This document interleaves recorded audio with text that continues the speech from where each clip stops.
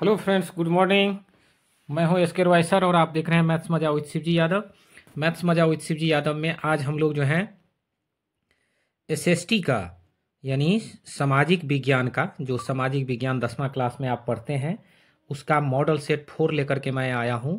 और model set 4 का आज हम लोग जो हैं सभी ऑब्जेक्टिव जो है 80 ऑब्जेक्टिव आज इस वीडियो में आप देखेंगे। बहुत ही कम समय में पूरा वीडियो आप ज़रूर देखिएगा और वीडियो को एक एक लाइक कर देंगे और चैनल को सब्सक्राइब कर लीजिएगा और अपने मित्रों में जो है इसको शेयर कर दीजिएगा। तो चलिए दोस्तों, आज हम लोग चलते हैं ऑब्जेक्टिव क्वेश्चन पर चलेंगे कि ऑब्जेक्टिव क्वेश्चन जो है आपका जो है पूरे 80 ऑब्जेक्टिव क्वेश्चन हम लोग करेंगे। तो चलिए आज इस एसएसटी सामाजिक विज्ञान में हम लोग देखेंगे कि पहला ऑब्जेक्टिव आपका क्या है। तो चलिए, आप जो हैं स्क्रीन पर देख ही रहे होंगे कि इटली एवं जर्मनी के एकीकरण के विरुद्ध कौन सा देश था। तो इटली और जर्मनी आप सब जानते हैं ये यूरोप महादेश का देश है। कहाँ का देश है? यूरोप महादेश का। तो इटली और जर्मनी के एकीकरण के विरुद्ध कौन सा देश था? तो ऑस्ट्रिया। कौन सा देश था डियर स्टूडेंट्स? तो ऑस्ट्रिया। ऑस्ट्रिया जो है इसके विरुद्ध जो है एक देश था, है ना, जो इसके एकीकरण में जो है वो बाधा उत्पन्न करके आए थे, ऑस्ट्रिया। तो डियर स्टूडेंट्स, हम लोग जो हैं ये देख लेंगे, ये आपका जो ऑब्जेक्टिव है जिसमें कि आप देख रहे होंगे कि ये आपका जो है ऑब्जेक्टिव है ऑस्ट्रिया के बारे में दिया है। तो चलिए हम लोग जो हैं अगला क्वेश्चन देखते हैं। जालबेराइन एक संस्था थी। जालबेराइन जो है वो किसकी संस्था थी ये आप देखेंगे। तो व्यापारियों की संस्था थी। जालबेराइन किसकी संस्था थी? व्यापारियों का। जालबेराइन किसकी संस्था थी? व्यापारियों की संस्था थी। तो आगे देखिए, साम्यवादी शासन का पहला प्रयोग कहाँ हुआ? देखिए, साम्यवादी शासन का पहला प्रयोग रूस में हुआ। साम्यवादी शासन का पहला प्रयोग कहाँ हुआ डियर स्टूडेंट्स? रूस में हुआ। साम्यवादी शासन का पहला प्रयोग कहाँ हुआ? रूस में हुआ। तो चलिए अगला क्वेश्चन हम लोग देखते हैं, आपके स्क्रीन पर है। हिंद चीन क्षेत्र में अंतिम युद्ध समाप्ति के समय, देखिए हिंद चीन क्षेत्र आपको तो पता ही है, लाओस, वियतनाम और कंबोडिया, ये 3 देश जो अभी है इसको हिंद चीनी क्षेत्र कहते थे। तो इसका युद्ध के समाप्ति के समय में अमेरिकी राष्ट्रपति कौन थे? देखिए आपसे पूछ रहा है कि जब यहाँ पर युद्ध की समाप्ति हुआ तो राष्ट्रपति कौन थे। तो राष्ट्रपति के बारे में कह रहा है, उस टाइम में राष्ट्रपति जो है वो निक्सन थे। कौन थे? निक्सन थे। राष्ट्रपति कौन थे डियर स्टूडेंट्स? निक्सन। निक्सन जो है राष्ट्रपति थे। कौन थे राष्ट्रपति? निक्सन जो है, ये निक्सन जो है वो राष्ट्रपति थे। तो चलिए, गदर पार्टी की स्थापना किसने और कब की? हमेशा याद रखिएगा, लाला हरदयाल। लाला हरदयाल जो है वो गदर पार्टी की स्थापना किए थे। कौन किए थे? लाला हरदयाल ने। लाला हरदयाल ने गदर पार्टी की स्थापना किए थे। गदर पार्टी की स्थापना किसने किया था? लाला हरदयाल ने। याद रखिएगा 1913 ईस्वी में। जालियांवाला बाग हत्याकांड किस तिथि को हुआ? तो जालियांवाला बाग हत्याकांड जो है 13 अप्रैल 1919 को हुआ। जालियांवाला बाग हत्याकांड कब हुआ डियर स्टूडेंट्स? 13 अप्रैल 1919 को हुआ। तो चलिए हम लोग जो हैं आगे बढ़ते हैं। तो अगला क्वेश्चन है आपका जो है, ये हम लोग 7 नंबर क्वेश्चन पर चलेंगे। ये 7 नंबर क्वेश्चन आपके स्क्रीन पर है। 7 नंबर क्वेश्चन आपके स्क्रीन पर है। देखिए, एक प्रतियोगी एवं उद्यमी प्रवृत्ति से प्रेरित किस प्रकार की अर्थव्यवस्था लागू की गई? तो देखिए, ये जो लागू की गई अर्थव्यवस्था ये मुद्रा प्रधान अर्थव्यवस्था थी, है ना। कैसी व्यवस्था थी? मुद्रा प्रधान अर्थव्यवस्था थी। तो चलिए हम लोग आगे बढ़ते हैं। तो अगला क्वेश्चन है आपके स्क्रीन पर है कि आधुनिक काल में औद्योगिक इकाई ने किसके स्वरूप को गंभीर रूप से प्रभावित किया? तो आधुनिक काल में जो है ये शहरीकरण को प्रभावित किया। किसको प्रभावित किया? शहरीकरण को। विश्वव्यापी आर्थिक संकट किस वर्ष आरंभ हुआ था? देखिए, ये आर्थिक संकट 1929 में आरंभ हुआ था। याद रखिएगा, आर्थिक संकट, पूरे विश्व में एक आर्थिक संकट आ गया था 1929 में। आधुनिक काल में औद्योगिक इकाई ने किसके स्वरूप को? तो औद्योगिक इकाई, जब शहर बसा, उद्योग धंधा चालू हुआ तो लोग शहर में रहने लगे, इसलिए शहरीकरण। आज़ादी के बाद समाचार पत्र आपत्तिजनक विषय अधिनियम कब पारित हुआ? देखिए, समाचार पत्र के बारे में कह रहा है कि समाचार पत्र में जो है आधुनिक विषय जो है कब पारित हुआ? तो ये जो है आपका हो जाएगा 1951। ये कब हो जाएगा? 1951 में हो जाएगा। याद रखिएगा 1951 जो है इसका ये समय था। कब था? 1951 में समय था, है ना, 1951 में ये समय लाया गया था। चलिए आप जो है इसको देख लीजिए, ये टिक मार लीजिए। एल्युमिनियम बनाने में किस खनिज की आवश्यकता पड़ती है? तो एल्युमिनियम बनाने में बॉक्साइट की आवश्यकता पड़ती है। तांबे में, देश में तांबे का कुल भंडार कितना है? तो याद रखिएगा 10 करोड़ टन। तांबे का कुल भंडार कितना है डियर स्टूडेंट? 10 करोड़ टन है। निम्न प्राकृतिक संपदाओं में किसका भंडार सीमित है? तो आप सभी आदमी जानते हैं कि कोयला का भंडार जो है वो सीमित है। किसका भंडार सीमित है? कोयला का। तो चलिए इसी के साथ हम लोग क्वेश्चन नंबर 18 पर चलेंगे। क्वेश्चन नंबर 18 है आपके स्क्रीन, ये क्वेश्चन नंबर 14, 14 नंबर क्वेश्चन पर हम लोग चलेंगे। देखिए यहाँ पे क्वेश्चन नंबर है, यूरेनियम का प्रमुख उत्पादक स्थल है। तो यूरेनियम का प्रमुख उत्पादक स्थल का नाम है जादूगोरा। भारत में किस राज्य में सौर ऊर्जा के विकास का सर्वाधिक संभावनाएं हैं? आप सब जानते हैं ये है जगह राजस्थान। वहाँ जानते हैं ज़्यादा टेम्परेचर होता है तो सौर ऊर्जा का विकास जो है वहाँ सबसे ज़्यादा होगा। तारापुर परमाणु ऊर्जा केंद्र किस राज्य में है? तारापुर महाराष्ट्र में है, याद रखिएगा। तारापुर कहाँ है? महाराष्ट्र में है। तारापुर कहाँ है? महाराष्ट्र में है। भारत में सर्वाधिक क्षेत्र पर किस मिट्टी का विस्तार है? आप जानते हैं कि भारत में नदी तंत्र है, तो जलोढ़ मिट्टी। कौन सा मिट्टी? जलोढ़ मिट्टी, याद रखिए जलोढ़। किसका कथन है? संसाधन होते नहीं बनते हैं। देखिए ये जिमरमैन का कथन है, संसाधन होते नहीं बनते हैं।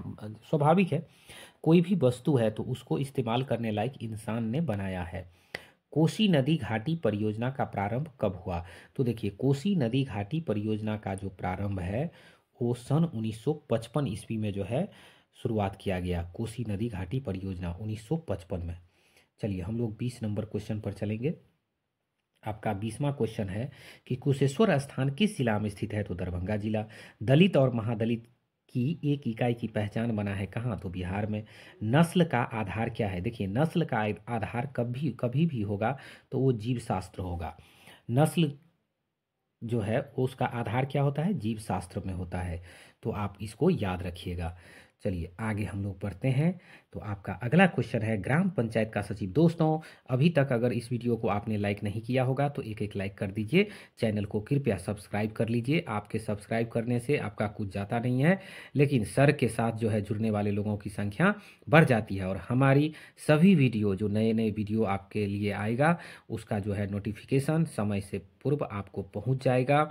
जैसे ही वीडियो अपलोड करेंगे आप तक पहुंच जाएगा। बेल आइकन को दबा लीजिएगा, ऑल बटन कर दीजिएगा, ताकि जो है आपका सारा मटेरियल आपके पास पहुंच जाएगा। नहीं तो आधा अधूरा मटेरियल पहुंचेगा। जब भी आप स्क्रीन पर चलाइएगा यूट्यूब तो कोई कोई वीडियो मिलेगा, लेकिन अगर चैनल को सब्सक्राइब कर लीजिएगा तो जब जब वीडियो हम अपलोड करेंगे आप तक वो वीडियो पहुंच जाएगा। ग्राम पंचायत का सचिव कौन होता है? देखिए ग्राम पंचायत का सचिव जो है उप मुखिया होता है। इंग्लैंड में महिलाओं को मताधिकार किस वर्ष प्राप्त हुआ? तो 1918 ईस्वी में, याद रखिएगा। इंग्लैंड में महिलाओं को 1918 ईस्वी में ही मत देने का अधिकार मिल गया था। वर्ष 1975। चलिए अगली क्वेश्चन 1975 से रिलेटेड है। वर्ष 1975 भारतीय राजनीति में किस लिए जाना जाता है? तो देखिए देश के अंदर आपातकाल लागू हुआ था, इसीलिए 1975 का साल जो है याद किया जाता है। बिहार में संपूर्ण क्रांति का नेतृत्व। देखिए जब ये संपूर्ण क्रांति की बात आ जाए तो डियर स्टूडेंट्स आप जयप्रकाश नारायण का को मत भूलिएगा। संपूर्ण क्रांति जयप्रकाश नारायण का देन है। चलिए अगला क्वेश्चन पर हम लोग चलते हैं। अगला क्वेश्चन आपका है, चिपको आंदोलन। चिपको आंदोलन निम्नलिखित में से किससे संबंधित नहीं है? तो देखिए चिपको आंदोलन में कांग्रेस पार्टी का विरोध से कोई संबंध नहीं है। लोकतंत्र एक शासन है जिसमें सामाजिक व्यवस्था है, आर्थिक आदर्श है, विशेष मनोवृत्ति है, तो इसका ऑप्शन हो जाएगा उपर्युक्त तीनों, यानी तीनों बातें सही है। तो डियर स्टूडेंट्स आप लोग आगे बढ़िए। लोकतंत्र जनता का, जनता के द्वारा। देखिए 29 नंबर क्वेश्चन बहुत ही शानदार इंपॉर्टेंट क्वेश्चन है। लोकतंत्र जनता का, जनता के द्वारा तथा जनता के लिए शासन है। जनता का, जनता के द्वारा और जनता के लिए शासन है, ये अब्राहम लिंकन का कथन है। ये किनका कथन है बाबू? अब्राहम लिंकन का। तो याद रखिएगा, अब्राहम लिंकन साहब को याद रखिएगा। चलिए हम अब बढ़ते हैं क्वेश्चन नंबर 30 की तरफ। तो क्वेश्चन नंबर 30 आपके स्क्रीन पर है ना, ये क्वेश्चन नंबर 30 देखिए। तो क्वेश्चन नंबर 30 आपके स्क्रीन पर आ चुका है। तो चलिए हम लोग जो है क्वेश्चन नंबर 30 को देखते हैं। भारत में योजना आयोग का गठन कब किया गया था? देखिए 15 मार्च 1950, याद रखिएगा।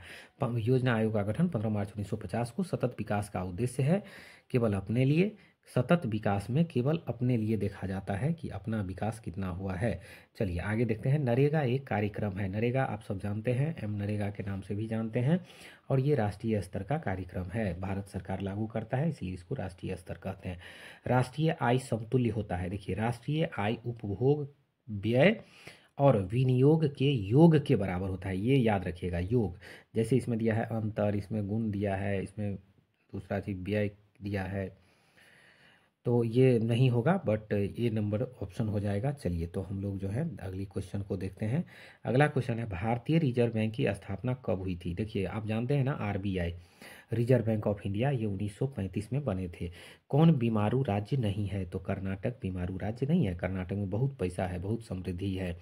कर्नाटक साउथ इंडिया का फेमस जगह है, फेमस राज्य है। तो इनमें से पिछड़ा राज्य किसे कहा जाता है? देखिए अभी भी हमारा बिहार पिछड़ा राज्य ही कहा जाता है। डियर स्टूडेंट्स, आप सब जब अच्छे से पढ़ेंगे तभी तो अपने राज्य को जो है आगे बढ़ाएंगे, तभी तो पिछड़ा राज्य से इसका गिनती हटेगा। तो आपको पढ़ना ज़रूरी है। चलिए अच्छे से मन लगा करके परीक्षा की तैयारी करिए, और मैं एस के रॉय सर आपके साथ हूँ। आपको चिंता करने की जरूरत नहीं है, सारा ऑब्जेक्टिव आपको करा दिया जाएगा। अंतर्राष्ट्रीय व्यापार संबंधी नियमों को निर्धारित करने वाली संस्था कौन है? देखिए अंतर्राष्ट्रीय व्यापार संबंधी जो नियम है उसको निर्धारित करने वाली संस्था का नाम विश्व बैंक है। यदि किसी वस्तु का या सेवा का मूल्य 20 लाख रुपया, देखिए 20 लाख रुपया से अधिक 1 करोड़ रुपया से कम हो तो उपभोक्ता कहाँ शिकायत करेगा? तो राज्य आयोग में शिकायत करेगा। जिला फोरम पर करेगा अगर 20 लाख से कम होगा, है ना। और अगर 1 करोड़ से ऊपर का होगा तो राष्ट्रीय आयोग पर करेगा। इसीलिए आप लोग क्या याद रखिएगा? राज्य आयोग। 20 लाख से 1 करोड़ तक राज्य आयोग।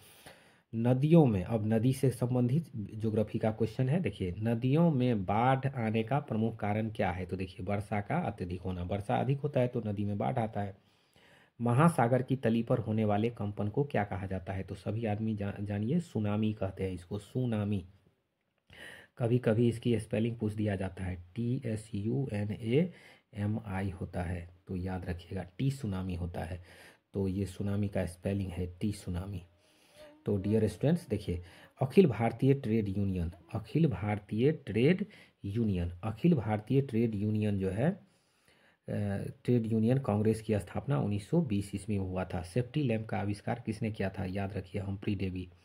Humphry Davy, Davy ji safety lamp, Davy ji safety lamp, Davy ji safety lamp. Jamshed ji Tata ने Tata iron and steel company 1907, Tata iron steel company 1907, Tata iron steel company 1907, Tata iron steel company कब स्थापना हुआ? 1907 में। 1907 को मत भूलना, Tata iron and steel company की स्थापना हुआ था, है ना। देखिए जमशेदजी टाटा ने आयरन स्टील कंपनी की स्थापना किया था। चलिए तो हम लोग जो है देखते हैं, इंग्लैंड में सभी स्त्री और पुरुष को वयस्क मताधिकार कब प्राप्त हुआ था? तो वयस्क मताधिकार 1918 ईस्वी में प्राप्त हुआ था, है ना। 1918 ईस्वी में प्राप्त हुआ था। भारत के लिए पहला फैक्ट्री एक्ट कब पारित हुआ? तो फैक्ट्री एक्ट 1881 ईस्वी में पारित हुआ। 1917 में भारत में पहली जूट मिल की स्थापना कहाँ हुआ था? तो कलकत्ता में हुआ था। तो चलिए आप लोग इस तरह से 46 क्वेश्चन देख चुके हैं। बहुत जल्दी ही हो जाएगा डियर स्टूडेंट्स, हम लोग 80 क्वेश्चन पर बहुत जल्दी पहुंच जाएंगे। देखिए आप लोग जो है एकदम स्क्रीन पर अपना जो है 47वां क्वेश्चन देखिए।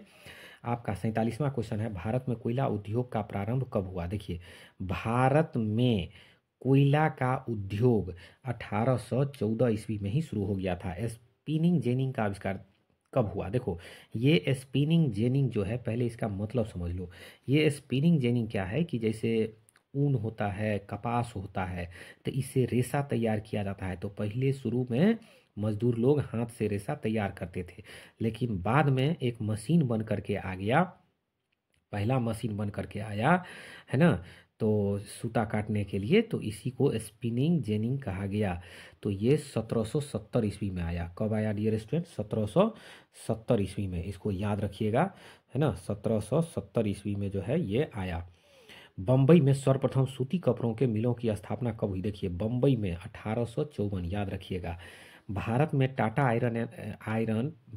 Tata hydro electric power station, Bharat में टाटा कंपनी का हाइड्रो इलेक्ट्रिक पावर स्टेशन की स्थापना कब हुआ था? तो 1910 ईस्वी में हुआ था। देखिए, भारत में Tata hydro electric power station की स्थापना कब हुआ था? 1910 में। वाष्प चालित रेल इंजन का आविष्कार किया था। देखिए, रेल इंजन का आविष्कार वाष्प चालित, तो ये जॉर्ज स्टीफेंसन के समय में हुआ था।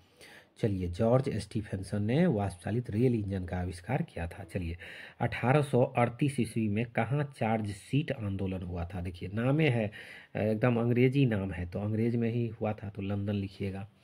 चार्ज शीट आंदोलन है ना। राष्ट्रीय श्रमिक संघ की स्थापना कब हुआ? देखिए, ये श्रमिक संघ है, तो ये श्रमिक संघ की स्थापना जो है 1920 ईस्वी में ही हो गया था। श्रमिक संघ की स्थापना जो है 1919 में ही हो गया था, सॉरी, ये 1919 में ही हो गया था। भारत में न्यूनतम मजदूरी कानून कब पारित हुआ? देखिए, न्यूनतम मजदूर कानून, भारत की बात चल रहा है, तो भारत में न्यूनतम मजदूर कानून जो है 1954 में पारित हुआ। 1954 में न्यूनतम मजदूरी जो है ये पारित हुआ। ये 1954 नहीं, ये 1948 ही होगा। चलिए, इसको जो है करेक्ट कर लीजिए, ये 1948 में हुआ था। मजदूर संघ अधिनियम कब पारित हुआ था? देखिए, ये मजदूर संघ अधिनियम की बात कर रहा है, तो मजदूर संघ अधिनियम 1926 में ही पारित हो गया था। मजदूर संघ अधिनियम 1926। फ्लाइंग शटल का आविष्कार किसने किया था? देखिए, जॉन के। फ्लाइंग शटल की बात आएगा तो जॉन के। फ्लाइंग शटल का आविष्कार किसने किया था? फ्लाइंग शटल, जॉन के। स्पिनिंग जेनिंग का आविष्कार, देखिए फिर ये स्पिनिंग वाला क्वेश्चन आ गया है, जो मैंने ऊपर में समझाया था आपको कि स्पिनिंग जेनिंग जो है का आविष्कार किसने किया? तो जेम्स हॉग्रीव्ज नाम के व्यक्ति थे, इन्होंने किया था। ये पावर लूम जो लिखा हुआ है ये मौ होगा, इसको पावर लूम बोलते हैं। क्या बोलते हैं इसको? 58 नंबर क्वेश्चन में पावर लूम। तो पावर लूम का आविष्कार किसने किया था? ये कार्टराइट किए थे। कौन किए थे? कार्टराइट। स्पिनिंग म्यूल का आविष्कार किसने किया था? स्पिनिंग म्यूल की बात चल रही है, तो ये सैमुअल क्रॉम्पटन नाम का व्यक्ति ने किया था स्पिनिंग म्यूल। वाष्प इंजन का आविष्कार किसने किया? देखिए, जब वाष्प इंजन की बात आएगी तब आप जेम्स वाट का नाम लिखेंगे, है ना, लेकिन रेल इंजन आएगा तो स्टीफेंसन का नाम देंगे। चलिए आगे देखते हैं। लंदन में अनिवार्य प्राथमिक शिक्षा कब लागू हुआ? तो देखिए, लंदन में अनिवार्य प्राथमिक शिक्षा लागू हुआ आपको बहुत पहले ही इसमें लागू हो गया था, 1870 ईस्वी के आसपास, है ना। तो 1870 ईस्वी हम लोग टिक मार देंगे। पूंजीपति वर्ग के द्वारा किस वर्ग का शोषण हुआ? तो सब आदमी जानते हैं शोषण हमेशा मजदूर वर्ग के लोगों को किया जाता है। कौन सा सामाजिक वर्ग बुद्धिजीवी वर्ग के रूप में उभर कर आया? तो जो मध्यम वर्गीय था वो बुद्धिजीवी वर्ग बन गया। जनसंख्या का घनत्व सबसे अधिक कहाँ होता है? महानगर में होता है। आधुनिक काल में औद्योगिकरण ने किसके स्वरूप को गहन रूप से प्रभावित किया? तो शहरीकरण। किसको प्रभावित किया दोस्तों? शहरीकरण को गहन रूप से प्रभावित किया। तो चलिए, हम आप लोग 65 क्वेश्चन देख लिए। 66 नंबर पर हम लोग चलते हैं। एक प्रतियोगी एवं उद्यमी प्रवृत्ति से प्रेरित किस प्रकार की अर्थव्यवस्था है? तो देखिए, जीवन निर्वाह अर्थव्यवस्था एकदम, मुद्रा प्रधान अर्थव्यवस्था एकदम सही है। तो ये जो है मुद्रा प्रधान अर्थव्यवस्था हम लोग टिक मारेंगे कि मुद्रा प्रधान। जीवन एक प्रतियोगी एवं उद्यमी मतलब उद्योग धंधा जब भी आया तो मुद्रा प्रधान हो गया। अस्थाई कृषि के प्रभाव से कौन सा जमाव संभव है? तो अस्थाई कृषि से संपत्ति। शहरों को आधुनिक व्यक्ति का किस प्रकार का क्षेत्र माना जाता है? तो शहरों को विस्तृत क्षेत्र माना जाता है। शहरों को कैसा क्षेत्र मानते हैं? विस्तृत क्षेत्र। चलिए, बहुत अच्छे डियर स्टूडेंट्स, आप लोग 68 क्वेश्चन कर लिए हैं। अरे बाबू, कॉन्सेप्ट क्लियर तो रिजल्ट क्लियर। देखिए, कॉन्सेप्ट आपका क्लियर होना चाहिए। जैसे ही आपका कॉन्सेप्ट क्लियर रहेगा, आपका रिजल्ट कोई नहीं रोक सकता है। आप बहुत ही तेज़ी से जो है आगे बढ़ेंगे। चलिए, सामंती व्यवस्था से हटकर किस प्रकार की शहरी व्यवस्था की प्रवृत्ति बढ़ी? तो किस प्रकार की शहरी व्यवस्था? देखिए, प्रगतिशील प्रवृत्ति, आक्रामक प्रवृत्ति, रूढ़िवादी प्रवृत्ति या शोषणकारी प्रवृत्ति? तो प्रगतिशील प्रवृत्ति का जो है उदय हुआ। पटना में गोल घर किस उद्देश्य से बनाया गया था? देखिए गोल घर पटना का गोल घर गांधी मैदान के पास है डियर स्टूडेंट्स, तो वो अनाज रखने के लिए बनाया गया था। अब सिखों के 10वें और अंतिम गुरु गोविंद सिंह का जन्म बिहार के किस राज्य में हुआ? तो ये पटना में हुआ। किस राज्य में हुआ गुरु गोविंद सिंह का जन्म? आप सब जानते हैं गुरु गोविंद सिंह जयंती हम लोग मनाते हैं, पटना में जो है इनका जन्म हुआ। डियर स्टूडेंट्स, पटना में गोल घर का निर्माण कब हुआ? तो याद रखिएगा 1786 ईस्वी में गोल घर बन गया था। 1786 ईस्वी, 1786 ईस्वी। अंग्रेजी यात्री राल्फ फीच, ये राल्फ फीच पटना कब आया था? देखिए राल्फ फीच के बारे में कह रहा है, ये पटना कब आया था? तो याद रखिएगा ये पटना आया था 1856 में। पटना कब आया था? 1856 में। देखिए 1656, 1756, 1856, 1956, कैसा ऑप्शन दिया है 56। तो ये 1856।